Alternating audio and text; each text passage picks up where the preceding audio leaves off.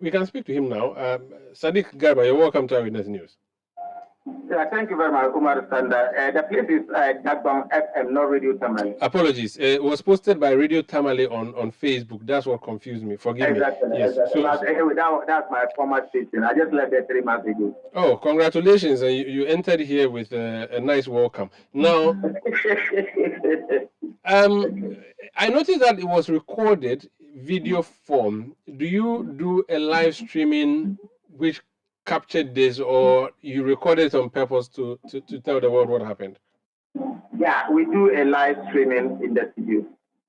Interesting. Now, do you have a history with this gentleman who came into the studio? With regards to the gentleman, I can describe him as a friend or as a partner, because I invite him to my show when I was at my former station. So that's a little history I have about him. But when it comes to what actually happened, I would say there is a little history to that. Because it was during the filing of nominations at the Sandargu NDC primary, where Alhaji EBA Hussein filed his nomination. This gentleman came there to deliver a speech. So in his speech, he made mention of Abudu and Andane issues in his statement, which went viral. So I picked the viral video and made an editorial on it. And in my editorial, I actually condemned his statement and said, no, we should desist from making statements like this, because Abudu and Andane is seen to be dying. So we should allow it to die naturally instead of us using it to do campaign or to do politics again. So that was what I did. I think he got offended with what I said. He was granted an interview with Radio Tamale, of which he mentioned me and said I should be the last person to advise him on communication. For him, if it comes to communication, the only person I can compare myself to is his daughter, Cynthia. So when that interview got to me, I also brought it to my show yesterday. So before I started the show, I played that tape. I said, okay, this is what Hadi Paza said to me on a sister radio station. But I wanted to make an editorial on it. But the way I heard him, he doesn't want to respond to, because he made so many allegations in that interview, which I realized that no, this guy doesn't have credibility. And for me, people without credibility, I don't discuss them on my show. And so therefore, I would not discuss this tip. So that was just it. We moved to other topics and we're discussing. All of a sudden, they walked into the studio and started the attack.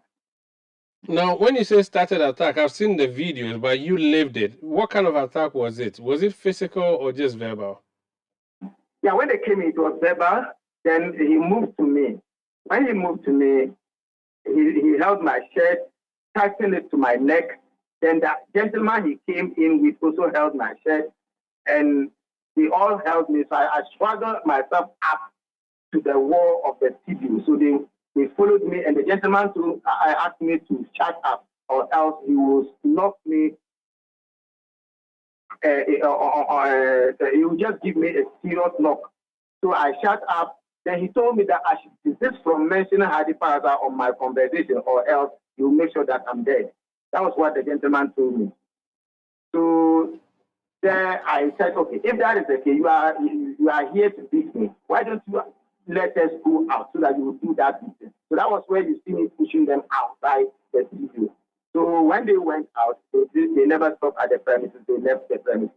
So that was what happened. So they did not beat you outside? No, they did not. But you sort of dared him that if this is a guy he has brought to beat you, you cannot equally show him something. So you wanted to go out and show him something. Were you willing to go out and exchange fisticuffs? We should go out. But when they went out, they never stopped. They moved away from the premises. So you were going out to throw blows? Not actually, but in every attack, the best way to defend is to also attack back, and that was what I did at the tail end of their attack. Were you going to be violent with them?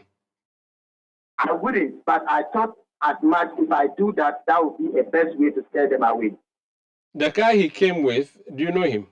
I don't know the person he came with, but I only know the former communication officer.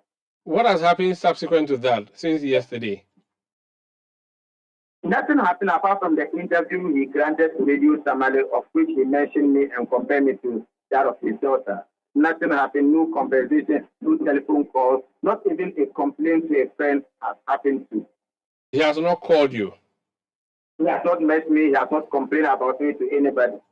As a media house, what have you done?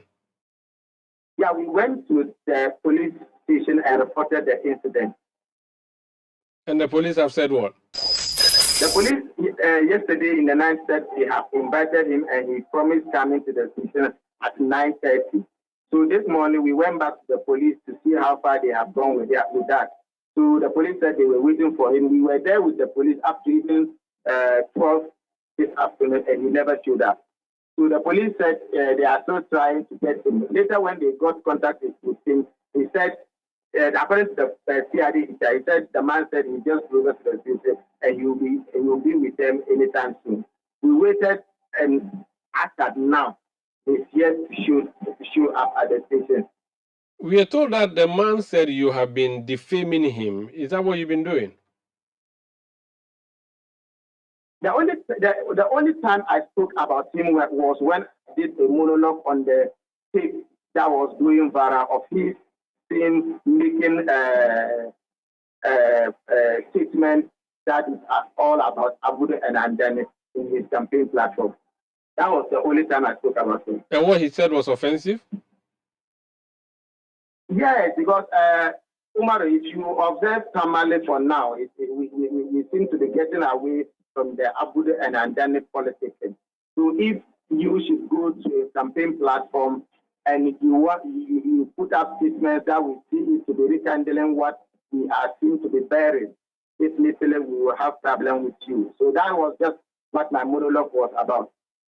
This hardy gentleman, I'm told that he also had a history of being assaulted or beaten in a studio before, correct? Yes, and we condemn it when it happened. And now he has retaliated on you. Yes. How do you feel going to work, knowing that someone can barge into your studio? And what's your security setup in your media organization, for which reason he could come all the way to the studio and do what he did? Yeah, for the first question, let me just answer with the last one. As far as the media setup of the station is concerned, because he is a party communicator and he do come to the station, according to our security man, when he saw him, he never saw him to be a threat to the program. So he thought he was coming to be part of the program. I think that was why he allowed him in, only for him to come and do the attack. But regarding my current mood, as far as the security of our work is concerned, I'm okay. Just that I feel that more should be done to protect media personnel. Very well. Not only in Tamale, but just nationwide. Very well. How about the NDC party itself? Has it said anything to you since?